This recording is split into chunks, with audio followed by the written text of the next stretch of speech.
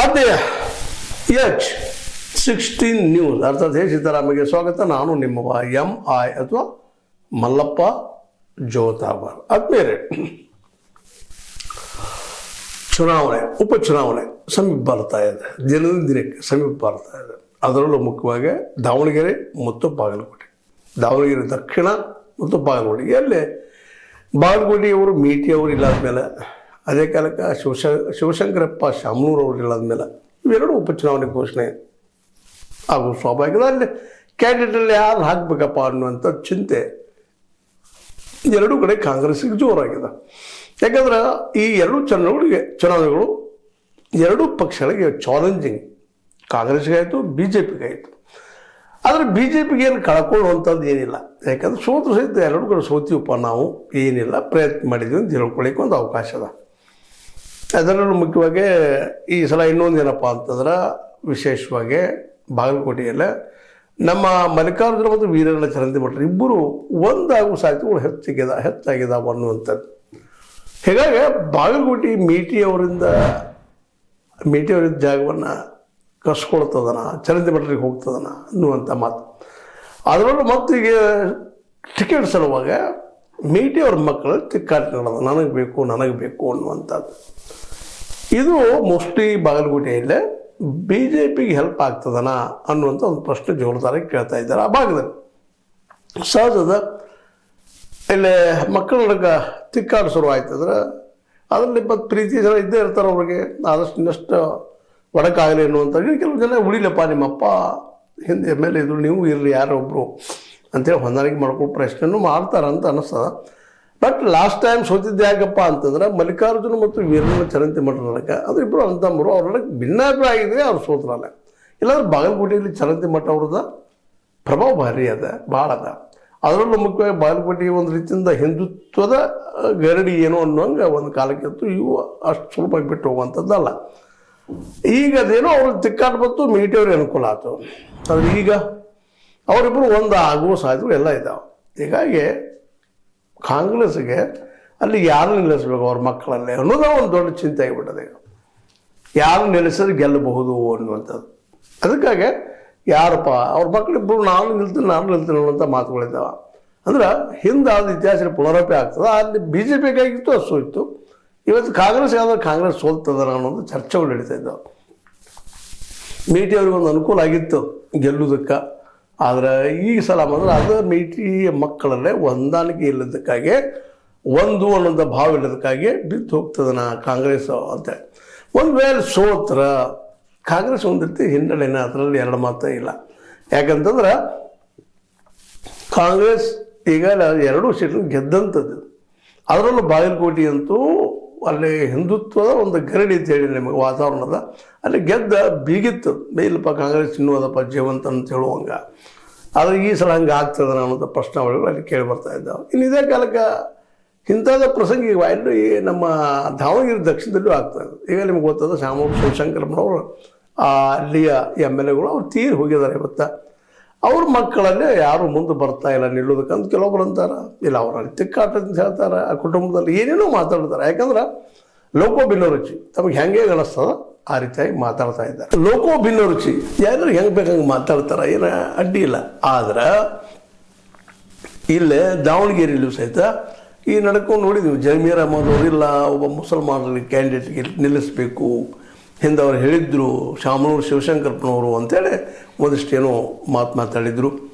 ಅದೇ ಕಾಲಕ್ಕೆ ಇಲ್ಲೇ ಅವ್ರ ಕುಟುಂಬದಲ್ಲೇ ಮಲ್ಲಿಕಾರ್ಜುನ SS ಅವರಾಗಿರ್ಬೋದು, ಇನ್ನೊಬ್ಬ ಮಕ್ಕಳ ಆಗಿರ್ಬೋದು, ತಮ್ಮಗಳಾಗಿರ್ಬೋದು, ಅಲ್ಲೂ ಏನು ನಿಲ್ಲೋದಕ್ಕೆ ಬ್ಯಾಡ್ ಅಂತ ಇದ್ದಾರೆ. ಬಿಸ್ನೆಸ್ ಸಾಕಷ್ಟು ಅದ, ನಮ್ಮನ್ನು ನೋಡ್ಕೊಂಡು ಹೋಗೋಣ ಅಂತ ಮಾತಾಡ್ತಾ ಇದ್ದಾರೆ ಅಂತನೂ ಮಾತುಗಳು. ಆದರೆ ಆ ಭಾಗದಾಗ ಶಾಮನೂರು ಶಿವಶಂಕರಪ್ಪನವ್ರದ್ದು ದಾವಣಗೆರೆಯಲ್ಲಿ ದೊಡ್ಡ ದಬ ಅವ್ರ ಪ್ರಭಾವ ಹೆಚ್ಚದ. ಅವರ ಸಂಬಂಧಿಕರು ಅದು ಮಗನೋ ಯಾರು ನಿಂತರೆ ಹೆಚ್ಚು ಪ್ರಭಾವ ಆಗ್ತದೆ ಅನ್ನೋದು ಒಂದು ಮಾತು. ಅದಕ್ಕಾಗಿ ಕಾಂಗ್ರೆಸ್ ಅಲ್ಲೇ ಒಂದು ಜೋರ್ದಾರಾಗಿ ತಮ್ಮವ್ರು ನಿಲ್ಲಿಸ್ಬೇಕು ಅಂತದ.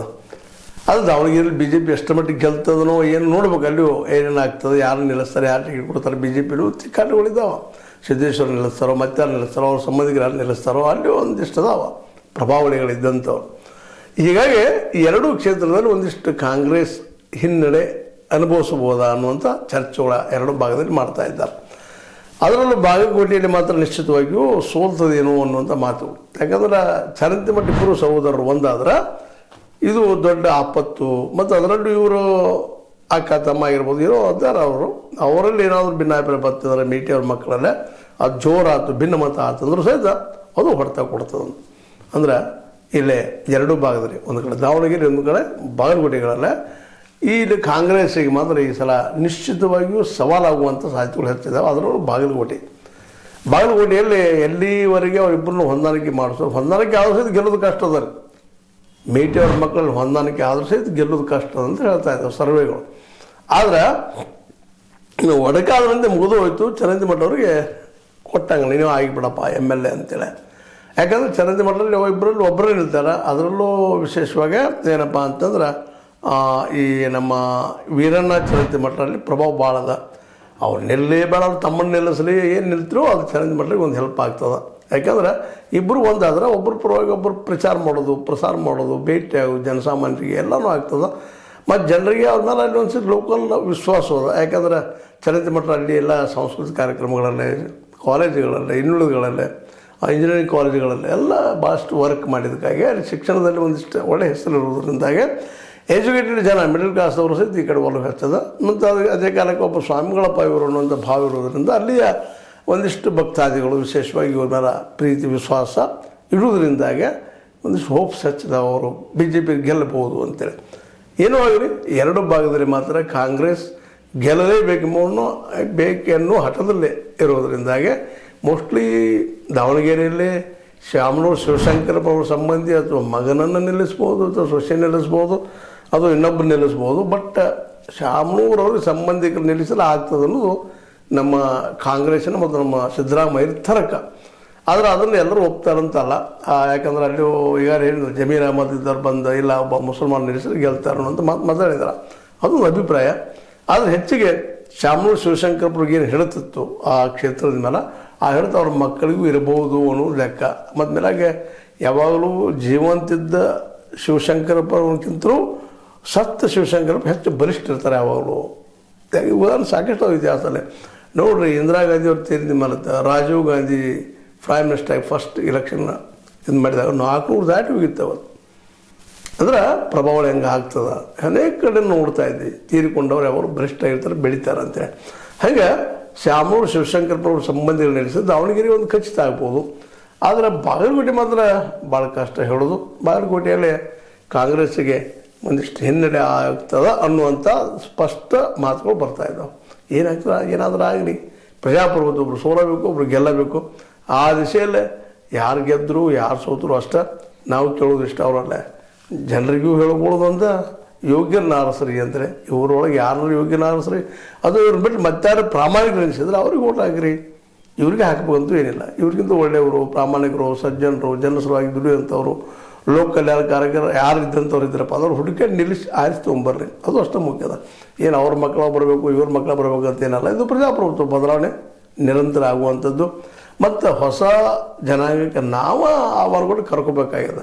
ಸುಮ್ಮನೆ ಯಾರೋ ನಿಲ್ತಾರೋ ನಿಲ್ಲಿಸ್ತಾರೋ ಪಾರ್ಟಿ ನಿಲ್ತಿದ್ದೆ ಅನ್ನೋಕ್ಕಿಂತಲೂ ನಮ್ಮವರನ್ನು ಇವತ್ತು ರೈತ ಸಂಘದವರಾಗಿರ್ಬೋದು, ಇನ್ನೊಬ್ಬರಾಗಿರ್ಬೋದು, ಯಾವುದೇ ಪಾರ್ಟಿಯಲ್ಲಿ ಇರಲಿ, ಅದು ದಲಿತ ಸಂಘರ್ಷದವರಿರ್ಬೋದು, ಅದು ಭಾಳ ಯೋಗ್ಯ ಆ ಭಾಗದಲ್ಲಿ ಇದ್ದಂಥವಿದ್ದಪ್ಪ ಅಂತಂದ್ರೆ ಅವ್ರನ್ನ ಜನ ಆರಿಸ್ಬೇಕಾಗಿತ್ತು, ಅವರ ಆರಿಸಿ ನಿಲ್ಲಿಸಿ ಗೆಲ್ಲಿಸ್ಬೇಕಾಗಿತ್ತು. ಅಂದಾಗ ಜನರ ಏನು ಸಮಸ್ಯೆಗಳಿದ್ದಾವೆ, ಬಡತನ ಸಮಸ್ಯೆ, ನಿರುದ್ಯೋಗ ಸಮಸ್ಯೆ, ಅವು ಸ್ವಲ್ಪ ಅಲಗಾಡಬಹುದೇನೋ. ಈಗ ಇರುತ್ತಿರುವಂಥ ವ್ಯವಸ್ಥಿತ ಈ ಪಾರ್ಟಿಗಳಿಂದ ಇಲ್ಲಿವರೆಗೆ ಆಗಿದ್ದೇನು, ಕಾಂಗ್ರೆಸ್ ಇರಲಿ BJP ಇರಲಿ, ಇಬ್ಬರು ಸಾಧಿಸಿದ್ದೇನು ಅನ್ನೋ ಸಹಿತ ಈ ಮತ ಹಾಕಿ ಮುಂದೆ ಹೆಸರು ಕೊಡಬೇಕಾಗಿತ್ತು. ಯಾಕೆ ಮಾತ್ರ ಹೇಳ್ತಾ ಇದ್ದೀನಿ ಅಂದ್ರೆ, ನಮ್ಮ ಕೆಲಸ ಮತದಾರನ ಸಹಿತ ಜಾಗೃತಿ ಮಾಡೋದು. ಯಾಕಂದ್ರೆ ಮತದಾರನ ಕೈಯಲ್ಲೇನೆ ಈ ದೇಶದ ಪ್ರಜಾಪ್ರಭುತ್ವ ಐತಿ ಮತ್ತು ಈ ದೇಶದ ಬದಲಾವಣೆಗೆ ಉತ್ತರ ಅದ. ಪ್ರಶ್ನೆ ಮಾಡೋದ್ರ ಉತ್ತರ ಅದ ಅವ್ರ ಕೈಯಲ್ಲಿ. ಅಧಿಕಾರಕ್ಕೆ ಬಂದರೆ ಬೇಕಾದ್ರೆ ಚೇಂಜ್ ಮಾಡ್ಬೋದು ಅಲ್ವಾ.